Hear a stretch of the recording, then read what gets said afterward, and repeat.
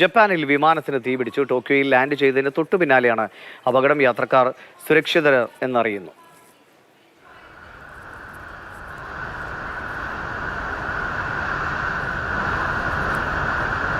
കൂടുതൽ വിവരങ്ങൾ ഹിമ ഹരിദാസ് നൽകും. ഹിമ, ഈ ദൃശ്യം കണ്ടാൽ ആളുകൾ രക്ഷപ്പെട്ടു എന്ന് പോലും തോന്നില്ല.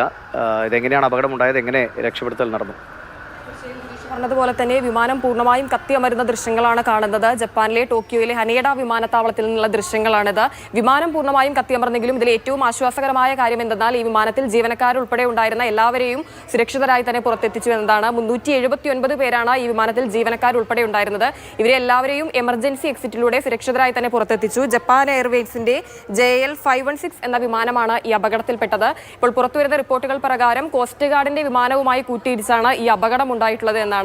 ഈ കോസ്റ്റ് ഗാർഡിന്റെ വിമാനത്തിലുണ്ടായത് 5 പേരാണ്. ഇവരെ കുറിച്ച് കൃത്യമായ വിവരങ്ങൾ ലഭ്യമായിട്ടില്ല. അവർക്ക് എന്ത് സംഭവിച്ചു എന്നതാണ് ഇനി അടുത്തതായി അറിയേണ്ടിയിരിക്കുന്നത്.